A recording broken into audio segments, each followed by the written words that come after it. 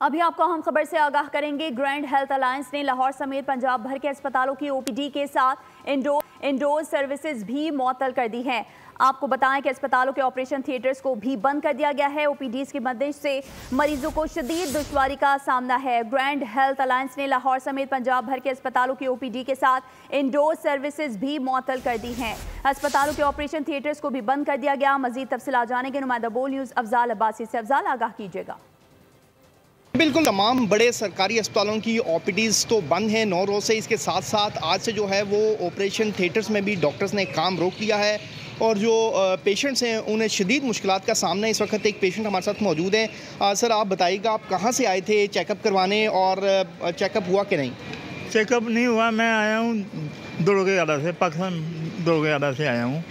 Check नहीं हुआ, ये कोई डॉक्टर बैठा ही नहीं है। हर मरीज़ परेशान हो रहा है। परेशानी, लोग किराया लगा के आए हैं, कोई सुनाई नहीं इधर, कोई सुनाई नहीं है।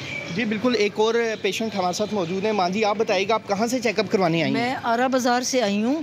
तो सुबह 8 बजे की आई हुई हूँ उधर कार्डियोलॉजी में। उधर बड़ी मुश्किल से चेक हुआ है, दवाई नहीं मिली।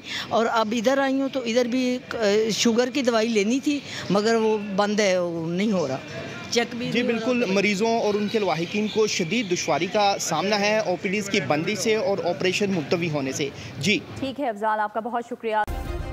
सब्सक्राइब करें और बेल दबाएं ताकि कोई खबर रह न जाए।